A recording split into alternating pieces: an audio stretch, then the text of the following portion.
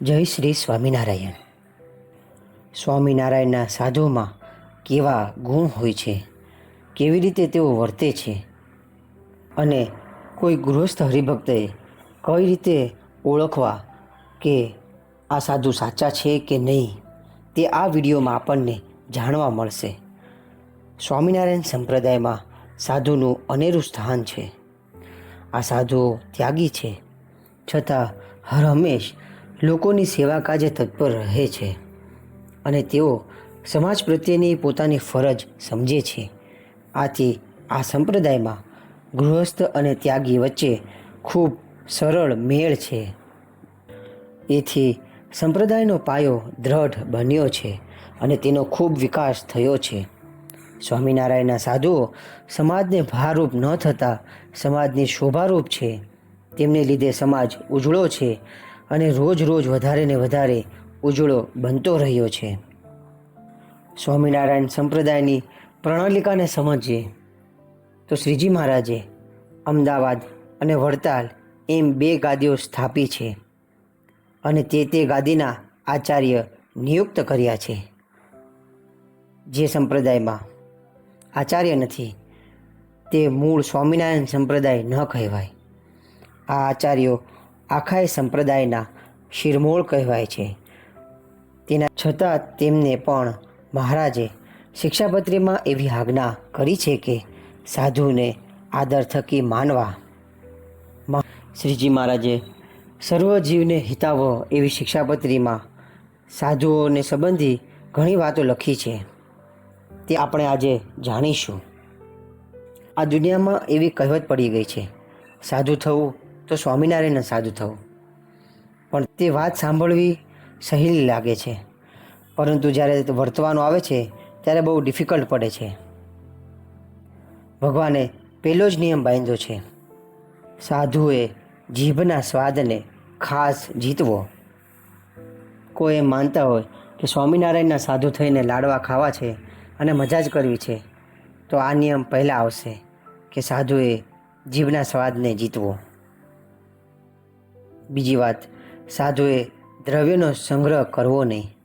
પોતે તો ન જ કરવો, પણ પોતાના માટે કોઈ બીજા પાસે પણ કરાવવો નહીં. સાધુએ કોઈની થાપણ રાખવી નહીં. સાધુએ ધીરજનો ક્યારેય ત્યાગ કરવો નહીં. સાધુએ પોતાના ઉતારાની જગ્યાએ સ્ત્રીઓનો પ્રવેશ ક્યારેય થવા દેવો નહીં. સાધુએ ક્યારેય એકલા ચાલવું નહીં. આપતકાળ વખતે છૂટ છે. સાધુએ બહુ કિંમતી વસ્ત્ર પહેરવું ઓઢવું નહીં. બહુ રંગબેરંગી શાલ દુશાલા માગ્યા વિના મળ્યા હોય તો પણ સાધુએ તેનો ઉપયોગ કરવો નહીં. એટલે સાધુને જો કાંઈ પણ પહેરવું હોય તો માત્ર ભગવા રંગના વસ્ત્ર જ પહેરવા. ભગવા રંગની ધોતી, તે પણ માટીથી ગેરુથી રંગેલી હોય એવી, અને ઉપર ભગવા રંગની છાલ ગેરુથી રંગેલી હોય તેવા જ વસ્ત્ર ધારણ કરવા. સાધુએ ભિક્ષા માટે કે સભા પ્રસંગે ગૃહસ્થને ઘરે જવું, તે સિવાય જવું નહીં. સાધુએ પાન, અફીણ કે બીડી, તમાકુ વગેરેનું સેવન કરવું નહીં. સાધુએ કદી દિવસે સૂવું નહીં. અપાદ્રુપ માંદગી હોય કે આપતકાળ વખતે વાંધો નથી. સાધુએ કદી ગ્રામ્ય વાર્તા કરવી નહીં કે સાંભળવી પણ નહીં. સાધુએ કદી ખાટલામાં સૂવું નહીં. માંદગી કે આપતકાળ વખતે વાંધો નહીં. કોઈ અજ્ઞાન દુષ્ટ ગાળ દે કે મારે તો પણ સાધુએ તે સહન કરવું, પણ સામે ગાળ દેવી નહીં કે મારવું નહીં. ઉલટું એનું પણ ભલું થાય એવું ચિંતવન કરવું. દુષ્ટનું પણ ભૂંડું થાય એવો તો સાધુએ મનમાં સંકલ્પ પણ કરવો નહીં. સાધુએ કોઈનું દૂધપણું કરવું નહીં. સાધુએ કોઈનું ચાંચિયાપણું કરવું નહીં. કોઈના જાસૂસ થવું નહીં. સાધુએ દેહને વિશે અહંબુદ્ધિ કરવી નહીં. સાધુએ સ્વજનો વગેરે વિશે મમતા કરવી નહીં. એટલે કોઈ સાધુએ પોતાના સંબંધીઓ સાથે સંબંધ રાખવો નહીં. બીજા ધર્મો અને સંપ્રદાયો કરતાં સ્વામિનારાયણ સંપ્રદાય એક વાતમાં ખાસ જુદો પડે છે, અને તે સ્ત્રી પુરુષના સંબંધની બાબતમાં. શ્રીજી મહારાજે મંદિરોમાં પણ સ્ત્રીઓ અને પુરુષો માટે દર્શનની અલગ વ્યવસ્થા કરાવી છે. સભાઓમાં પણ બેવની બેઠકો જુદી છે.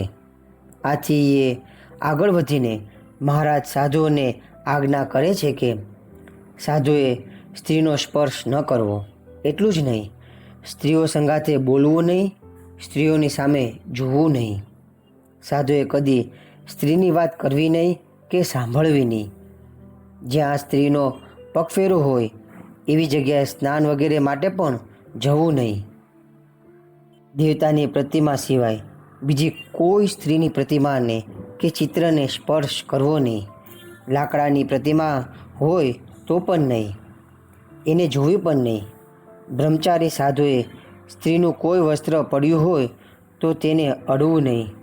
કોઈ પુરુષ સ્ત્રીનો વેશ લઈને આવે તો તેને અડવું નહીં, તેની સામે જોવું નહીં અને તેની સાથે બોલવું નહીં. આવું બધું વાંચી સાંભળીને કોઈને થાય કે કોઈ સ્ત્રીને અત્યાચારી સતાવતા હોય અને એનો જીવ જોખમમાં હોય તો શું સ્વામિનારાયણના સાધુએ આંખો મીચીને હાલતો થશે? શ્રીજી મહારાજે પોતે એનો જવાબ આપ્યો છે, ના. તેમણે શિક્ષાપત્રીમાં સ્પષ્ટ આજ્ઞા કરી છે કે જો કદીક સ્ત્રીઓનો અથવા પોતાનો પ્રાણ નાશ થાય એવો આપતકાળ આવી પડે તો તે વખતે સ્ત્રીઓને અડીને અથવા તેમની સાથે બોલીને પણ તે સ્ત્રીઓની રક્ષા કરવી અને પોતાની પણ રક્ષા કરવી. આવી રીતે સ્વામિનારાયણ સંપ્રદાયની વિશેષતા છે કે સાધુઓને જે નિયમો કહ્યા છે તે પાળવાના હોય છે. સ્વામિનારાયણના સાધુ તો જ કહેવાય કે જેણે આચાર્ય મહારાજ પાસે દીક્ષા લીધી હોય. જો કોઈ અન્ય સાધુ પાસે કે અન્ય સ્વામિનારાયણના સાધુ પાસે દીક્ષા લે તો તે સ્વામિનારાયણના સાધુ ન કહેવાય. સાધુને દીક્ષાનો અધિકાર માત્ર ને માત્ર ધર્મકુળના આચાર્યને જ આપ્યો છે અને તે જ સ્વામિનારાયણના સાધુ કહેવાય છે. તે આચાર્ય પાસે દીક્ષા લીધા પછી જ આ બધા નિયમ પાળવાના હોય છે અને તો જ તે સ્વામિનારાયણનો સાચો સાધુ કહેવાય છે. એટલે હરિભક્તોએ ખાસ ધ્યાન રાખવાનું છે કે તમે જે સાધુને માનો છો તે શું તેણે દીક્ષા આચાર્ય મહારાજ પાસે લીધેલી છે, અને લીધેલી છે તો તે શું આજે શિક્ષાપત્રીમાં મહારાજે નિયમો બાંધ્યા છે તે પ્રમાણે વર્તે છે? જો તે પ્રમાણે વર્તતા હોય તો આપણે એને પૂજ્યપણે માનવા અને એમની વાતો સાંભળવી અને તે જે કહે તે પ્રમાણે કરવું. પણ એમ ન હોય તો તમારે જાતે જ વિચાર કરવાનો છે કે તમારે કેવા સાધુઓને માનવા. જય શ્રી સ્વામિનારાયણ.